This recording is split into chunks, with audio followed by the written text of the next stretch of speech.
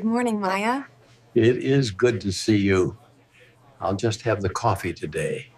The bell over the diner door chimed like a small apology as Maya straightened a sugar caddy and wiped a table she'd cleaned 100 times. Morning settled into a soft rhythm. The barista's clatter, a couple sharing a quiet joke, the hiss of the espresso machine like a distant train. Maya moved with a kind of gentle precision, apron tied, hair pinned back, name tag catching the light, offering small hellos that felt like lifelines to people carrying private storms. She was 28, patient, and good at balancing the fast math of plates and tips with a generosity she could not always afford. Today her shift began like any other. Orders called, eggs flipped, and a mother thanked for patience. Then he came in, an older man in a faded coat, slow and careful, who sat at the counter and folded his hands as if folding a paper promise. He kept his head bowed, eyes tracing the grain of the countertop. Maya noticed the worn cuff, the frayed seam, and the way he traced the receipt like a relic. There was a quietness about him that made the diner's noise seem protective, like a coat around a bruise. When he slid his receipt toward the edge, as if to let it breathe, Maya felt something shift inside her. Today, before the coffee finished percolating, something small and irreversible had already begun. She did not yet know how that receipt would change her life forever. The lunch rush had passed, and the diner was caught in that in-between quiet when even the ceiling fan seemed to turn slower. Maya refilled ketchup bottles and tried not to think about the unpaid electricity bill sitting on her kitchen counter. It had been a rough few months. Her mother's medical expenses were piling up, rent was due in 3 days, and her old car had started making that sound again, the kind that whispered, "Soon." Still, she kept showing up, smile ready, voice soft, heart open. That's what her coworkers admired about her. Maya had a way of making the world feel kind, even when it wasn't. But kindness, she knew, didn't pay bills. The old man was still there, cradling his coffee like it held more warmth than just steam. He had barely touched the slice of apple pie she'd placed in front of him earlier, saying softly that it reminded him of someone he'd lost. When he asked for the check, his voice trembled slightly, almost embarrassed to disturb the air. Maya nodded, printed it out, and watched him slip a shaking hand into his pocket. His fingers searched for something, coins maybe, and came up nearly empty. He fumbled through his worn wallet, eyes lowering, lips pressing tight. She could see it in his face, the quiet panic of someone realizing he didn't have enough. He looked up, caught her gaze for a fleeting second, and smiled, a small, apologetic curve of his lips that said, "I'm sorry." In that moment, something inside her broke and mended all at once. Without hesitating, she stepped forward and said lightly, "Don't worry about it, sir. It's taken care of." He blinked, confused. "What do you mean?" She smiled, waving her hand like it was nothing. "Your meal's on me today, sir. Just a small thank you for keeping me company during the slow hours." He stared at her, speechless. Then his eyes filled with something deep, not gratitude exactly, but sorrow wrapped in astonishment. "You don't have to," he began, but she interrupted gently, "I want to." When he left, he placed a folded receipt on the counter beside his untouched pie. He said, "For you." He whispered, voice trembling like paper in the wind, "Thank you, young lady." Maya smiled and tucked the note into her apron pocket, not thinking much of it. After all, she'd done this kind of thing before, covering a small meal for a stranger. It was something her mother used to do, back when things were easier. If you can give, give, because you never know when you'll be the one who needs it. As Maya went about closing duties, wiping and sweeping crumbs from the floor, Her manager, Denise, called out from behind the counter. "Maya, make sure you clock out properly this time, okay? We can't afford to lose another minute of pay." "Got it." She smiled faintly. But beneath that smile was a growing unease she couldn't name. Maybe it was the man's trembling hands. Maybe it was the way he said, "For you," with a weight that didn't match the small act. When the diner emptied out and the lights dimmed, she finally reached into her apron and pulled out the crumpled receipt he'd left. She expected a simple thank you, or maybe a few kind words, but as her eyes scanned the faded paper, her breath caught in her throat. There, written in careful, shaky handwriting, beneath the total, were words that made her knees weaken. "You remind me of my daughter. I lost her last winter. She used to work in a place just like this." The ink smudged where a tear must have fallen. Maya's heart sank. The air around her thickened as she stared at the message again and again, her pulse trembling in her fingertips. The act that had felt so simple a moment ago now carried a sorrow far heavier than she could have imagined. Maya sat at the counter long after closing, the soft hum of the refrigerator filling the silence. The receipt lay in front of her, its edges curling, the ink faint but powerful. She traced the handwriting with her fingertip, whispering the words aloud, as if saying them might help her understand. "You remind me of my daughter." The image of the old man lingered, his trembling hands, the hollow look in his eyes, and the way he'd hesitated before leaving. Maya couldn't shake the feeling that their encounter wasn't finished, that there was something left unsaid. The next morning, she arrived early, still thinking about him. She asked Denise if the man had been in before. "Him?" Denise said, pausing mid-pour of coffee. "No, never seen him. Why? Something wrong?" She shook her head. "No, he just seemed sad." Throughout the morning, Maya kept glancing at the door, half expecting him to return. Every time it opened, her heart skipped.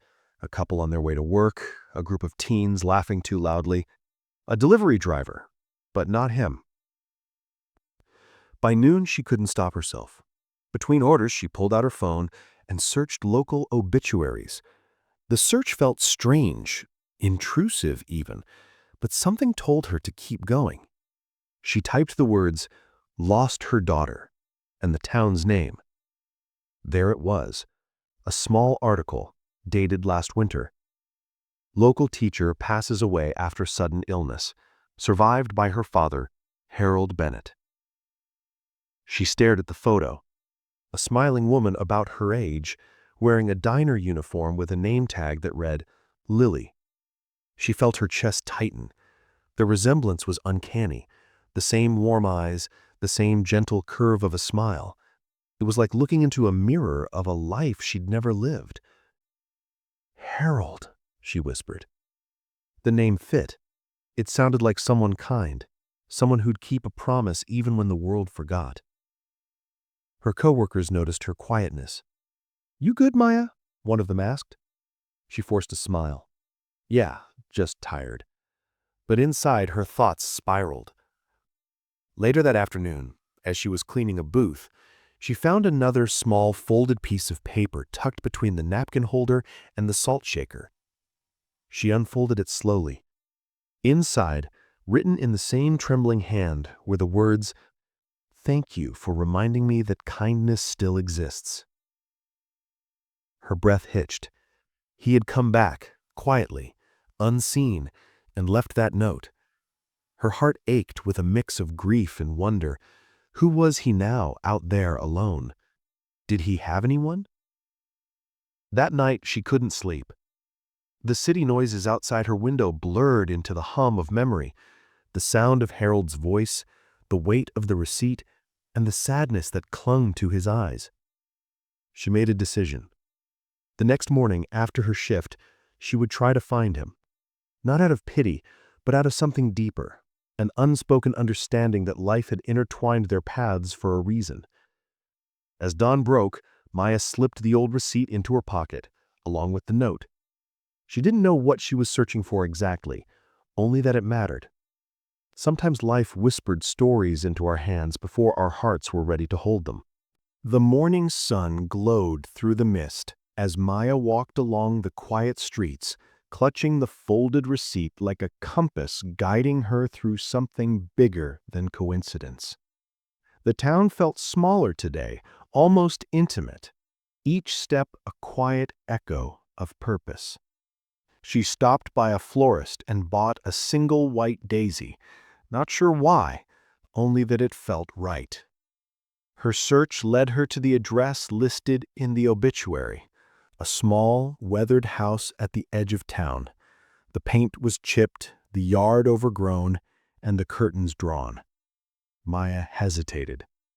What was she going to say? "Hi, I'm the waitress who paid for your meal and found your note?" It sounded ridiculous. Still, something in her chest urged her forward. She knocked gently. For a long moment there was no answer. Then the door creaked open. Harold stood there, the same faded coat draped over his shoulders, his eyes widening in surprise. "You," he breathed, his voice a fragile whisper. Maya smiled softly.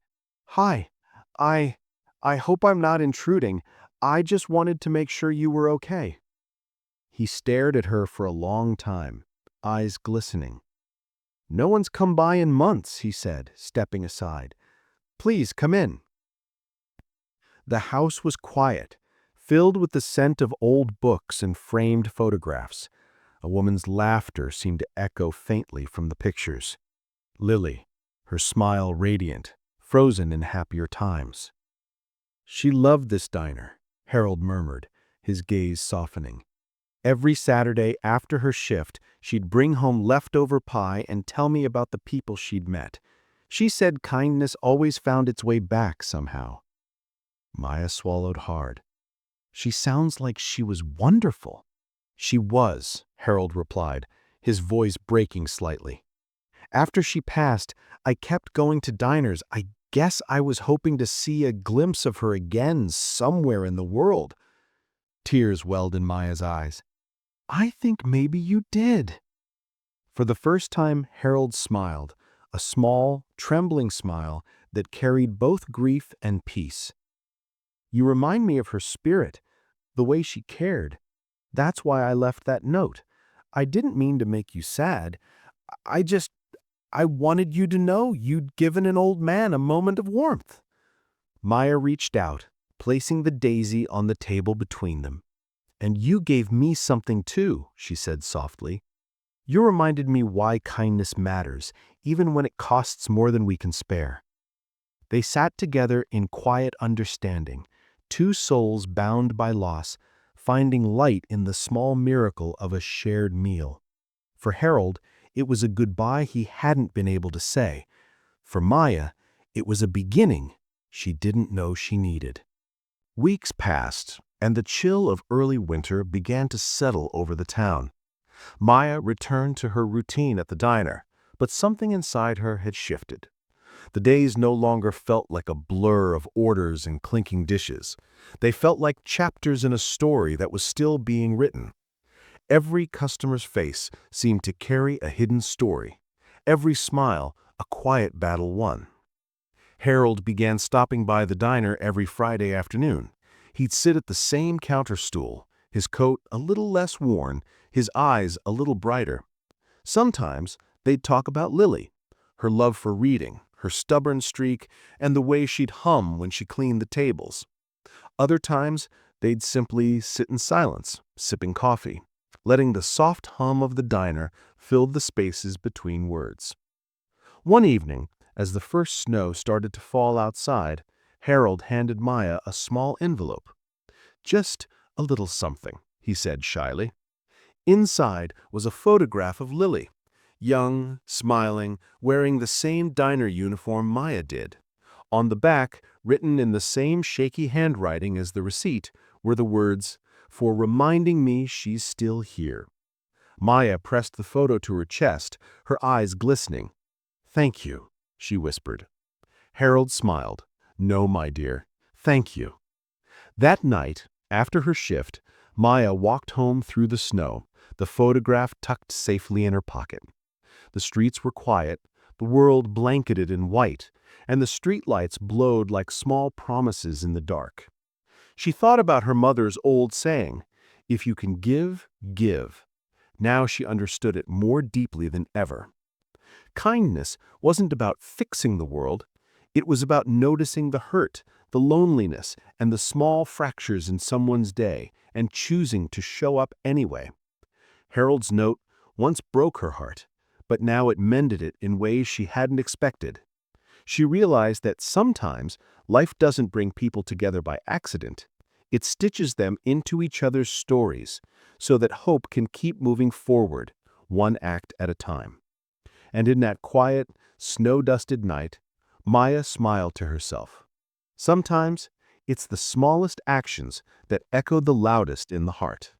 As the story of Maya and Harold comes to a gentle close, it reminds us that even in the simplest corners of life, a diner, a cup of coffee, a quiet act of kindness, there are moments that can change everything. Sometimes, all it takes is one person choosing compassion over convenience to spark a chain of healing that reaches farther than they'll ever know. If this story touched your heart, take a moment to carry its message forward. Be that light for someone else today. Buy a meal for a stranger. Call someone you miss. Or simply smile at someone who looks like they've forgotten how. You never know what silent battles they might be fighting. And if you believe, like Maya did, that kindness still matters, don't let this story end here. Subscribe to our channel. Leave a comment sharing your thoughts. And pass this video along to someone who needs a little hope. After all, sometimes it's the smallest actions that echo the loudest in the heart.